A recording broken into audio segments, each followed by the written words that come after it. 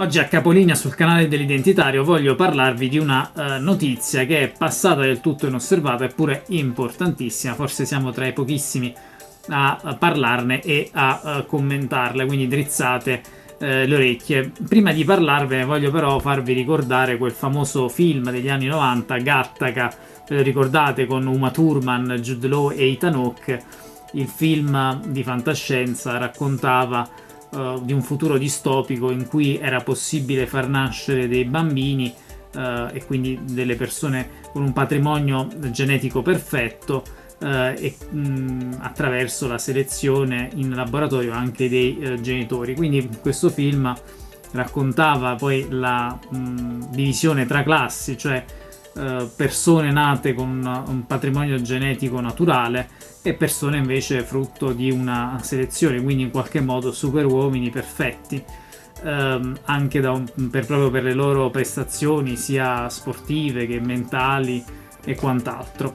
Fantascienza, no? Direte voi, un film bellissimo che vi consiglio assolutamente di vedere se non l'avete ancora fatto. Ditemi ora se questa notizia di cui vado subito a parlare non è un passo per arrivare a quanto denunciato in questo film hollywoodiano Gattaca e chiaramente a quelle aberrazioni mostrate in quel film. È partita nella regione Puglia una sperimentazione sui neonati pugliesi che consiste nel esaminare 407 geni con il prelievo dal tallone di una goccia di sangue per diagnosticare precocemente centinaia di malattie genetiche. La sperimentazione inizierà, anzi è già iniziata, il 17 giugno 2024, 4 giorni fa rispetto alla registrazione di questo video.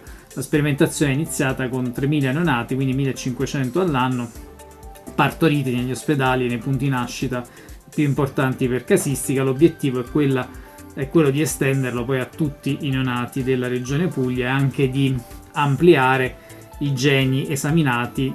Partono con 407 geni.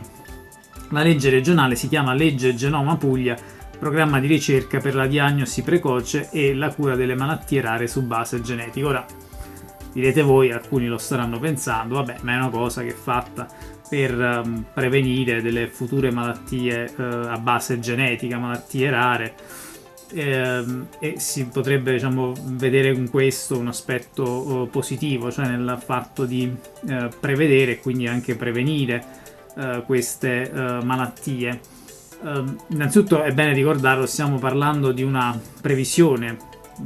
È possibile che quella persona non svilupperà mai quella malattia, cioè prenderanno la goccia dal tallone del neonato, vedranno che c'è una predisposizione genetica allo sviluppo di una determinata malattia, ma poi quel bambino potrebbe assolutamente non sviluppare mai quella malattia in tutta la sua vita. Però che cosa potrebbe accadere, no? Se questi dati venissero in qualche modo, no,